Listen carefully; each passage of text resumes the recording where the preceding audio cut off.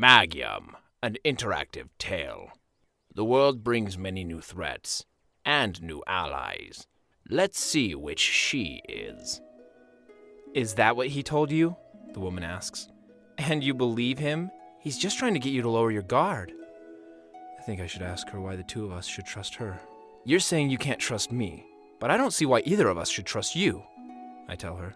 What if you're not, in fact, looking for a friend, and you're just here to win the tournament, like every other participant? What proof do you have to back up your claim? I'm not... She hesitates. Whoa! Let's all calm down, says Darren. He turns to the woman. Listen, I understand your concern, but this man saved my life, and I intend to repay my debt to him. If you're looking for an escort, then it's going to be the three of us traveling together. I'm not accepting any alternatives. The woman pauses to consider Darren's words. Very well, she says. If that's the way it has to be, then I'm forced to comply. But know that I'll be constantly watching my back. I am not as easily convinced as you, healer in armor. Great, Darren says. Now that we've got that settled, let's be off. Adventure awaits. Wait, I call out. You still didn't tell us your name. The woman turns toward me and gives me a pondering look. After careful consideration, she decides to answer. It's Kate. My name is Kate. With those last words, the three of us leave the clearing and head into the forest in hopes of finding some place away from the ongoing battles that are being waged across the land. As we march through the forest, I hear a few loud beeps coming from my right pocket. Barry, what is that sound? Darren asks. I know that sound. Don't tell me you brought a fortune teller's trinket with you all the way here. Are you planning to tell us our fortunes, Barry? A fortune teller's trinket. That's what most people call these devices nowadays. But very few people know what they really do and how they actually work. My research has led me to believe that these devices harness the energy from the magic all around them. The more energy they harness, the more effective they become. Since mages are usually spread far apart from one another, and they don't really have any reason to cast powerful spells one after the other, the effects of such a device are mostly negligible. But imagine the amount of energy it could gather in a place filled with the most powerful mages in the world who are constantly fighting each other. I pull the device from my pocket. It looks much like a toy with a few buttons and a screen. As I press the buttons, different letters magically appear on the screen, forming words and showing me numbers. The device calls these my stats. My stats mostly consist of various physical attributes such as strength, speed, reflexes, toughness, observation, and hearing. But there's also others like combat technique, ancient languages, and premonition. When the device harnesses enough energy, it announces this to me by beeping, and then it allows me to invest a limited number of points into my stats. At the moment, all of my stats are at 0, which means that the device's energy was completely depleted when I bought it. I guess I'll have to start leveling from scratch. Investing my points in stats is supposed to actually enhance my real attributes, as long as I keep the device close enough to me that it comes in contact with my magical aura. As I spend my time here, I'm expecting to hear these beeps more and more often. I'll have to think twice about the way I spend my points though, since I have no way of knowing when I'll get my next batch of points, and no way to change my mind after I've invested them. The maximum values that appear now for each stat are likely to increase as time passes. This device is mostly used by fortune tellers because of its premonition stat. It provides them with some very vague glimpses into the future that they are then free to interpret to their own liking. I wonder if the ancient language stat actually means that I'll start being able to understand and speak ancient tongues. I heard there are many such writings on this continent, and I heard that some people here don't speak the common tongue.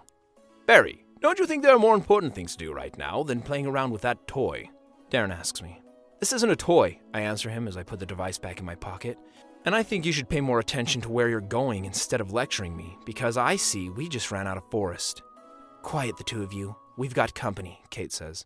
She's right. Looking all around us, I see there are fallen trees everywhere in this area, and there are quite a few dead bodies lying around. It seems there's been a battle here, or maybe several.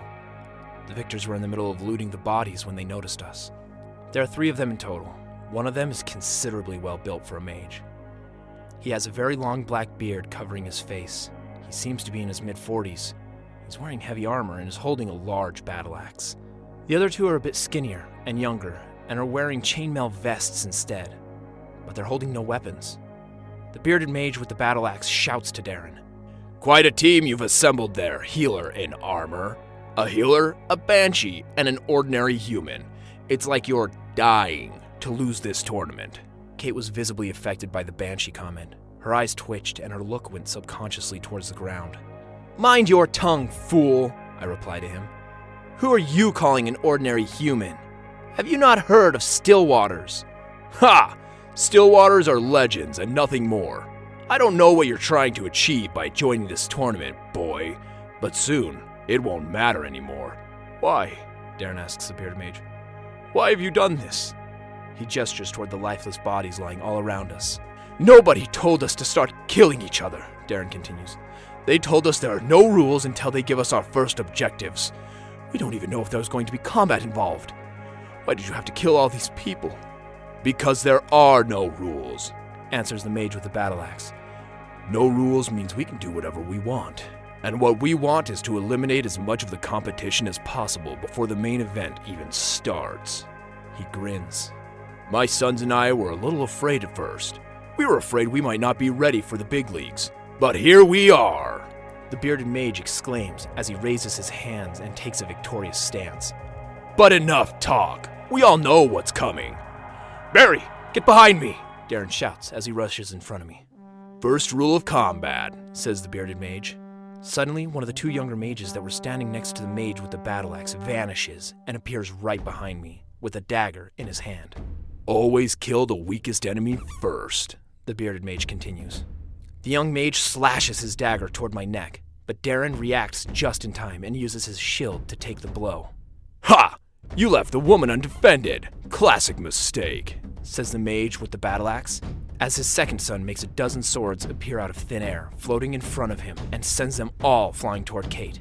Just as the swords reach her, Kate's left arm gets covered in a large, thick block of ice, sculpted in the form of a shield. She puts it in front of her, and all of the swords get stuck into it. "Left the woman undefended?" Kate asks. "So which is it then, woman or banshee?" She lowers her left arm to reveal her face. As she looks straight at the mage with the black beard, her eyes are brimming with fury. "Make up your mind," she shouts, as the whole forest falls silent from the sound of her voice. The mage with the battle axe seems to have temporarily lost his cool, and is looking a bit terrified. And he should be. Kate's killing intent is so strong that it almost seems palpable. "I see backstabbers and sword throwers," she shouts. "And you call yourselves mages. Come, I'll show you real magic." As she talks, the air all around us seems to be getting colder. So this is what it feels like to be in a tournament alongside the most powerful mages in the world. The bearded mage seems to have snapped out of it. Your parlor tricks won't save you a second time, wench. I don't care if you're a banshee or not. None of you are going to leave this place alive, he shouts as he rushes toward Darren with his battle axe ready to strike. As he approaches, I realize that if I don't do something quick, Darren will be forced to fight both the older and the younger mage by himself while also defending me. And he won't have the luxury of using healing spells since they require him to be calm and relaxed in order to cast them. Maybe there's something I can do to help. Should I hide behind Darren and let him handle them both? Or should I draw the younger mage away from Darren and focus on avoiding his attacks? Perhaps I could fight the younger mage myself. The battle has begun, and the outcome lies in your hands. Try not to mess this one up. You can only aid this battle by voting, so please be sure to do so using the card in the upper...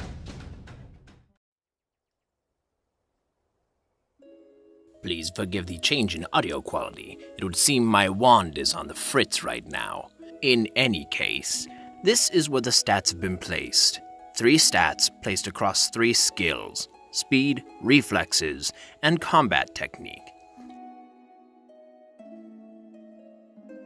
If you would like a say in where they are placed next time round, please be sure to say so in the comment section below. As berry grows, so does the danger. Be sure to vote, as I've said. Thank you so much for listening, and thank you for all of your support.